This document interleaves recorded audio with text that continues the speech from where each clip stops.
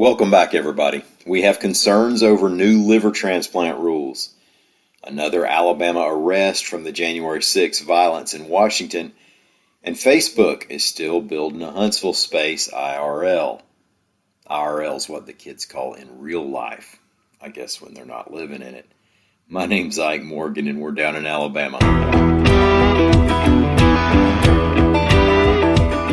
Alabama patients seeking a liver transplant may be at more of a statistical disadvantage these days when it comes to how long they might have to wait on one, reports AL.com's Amy Yerkinen.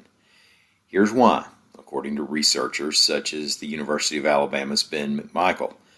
Last year, new federal rules were put into place regarding the distribution of donated livers.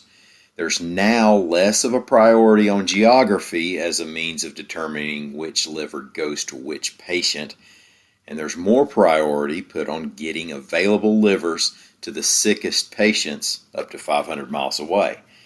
Now that makes sense, right? People who are in more dire need of a new liver would theoretically get one quicker in many cases. The problem, according to some doctors and those who've studied the data, is in determining who's sicker. There's a lab test to measure how far along your liver disease is. And then different patients can have various conditions that raise their positions on the waiting list. Now, imagine somebody who lives in the country in Alabama, may or may not regularly see a doctor and probably hasn't spent much time in a hospital or with a specialist. Compare that person to somebody in an urban northeastern area with a lot more access to healthcare facilities and various kinds of physicians. By the time those two people are suffering from liver disease, which one do you think is going to have been better evaluated over the years and better able to chronicle the kinds of health conditions that might help their case on trying to move up on that waiting list? McMichael, the Alabama researcher, quote, "We do have some problems in terms of how we think about the best way to allocate livers. People always say they should go to the people with the greatest medical need, but how do you measure medical need? Are those measurements subject to manipulation?" End quote. And that may be playing out in the statistics. Dr. Robert Cannon is the surgical director of the liver transplant program at UAB. He said the average liver disease scores in his patients are way up, meaning they're a lot sicker by the time they get their transplant. On the other side of this is that we're pretty good about donating organs here in Alabama. 61% of Alabamians are signed up as organ donors. Compare that to New York State's 20%. Of course, under these new rules, that's not as much of an advantage in lower access areas. The number of Alabamians who've been arrested in connection with the January 6th violence at the U.S. Capitol is now up to 9, reports AL.com's Carol Robinson. Investigators have been able to use surveillance images and video to identify unauthorized people on the grounds and inside the Capitol building, protesting the certification of last year's presidential election results.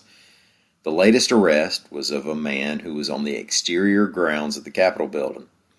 Authorities said Dylan Colby Harrington of Madison, Alabama, could be seen twice throwing objects at law enforcement officers.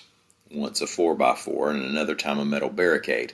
No officers were hit by either the 4x4 or the barricade. Facebook has been pumping capital into its Alabama data center property, reports AL.com's Paul Gaddis. Facebook announced this week that its expansion in Huntsville will put it over $1 billion in capital investment, and that after it's finished, it'll be employing more than 200 people.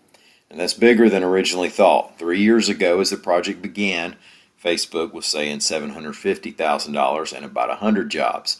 Facebook's announcement said 24,000 tons of steel has been erected and 500,000 cubic yards of concrete has been poured, which certainly sounds like an awful lot of steel and concrete for a digital platform.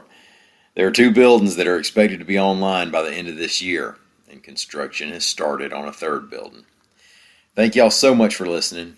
We will be back here again tomorrow. Until then, stop by and see us whenever you can on the internet at al.com.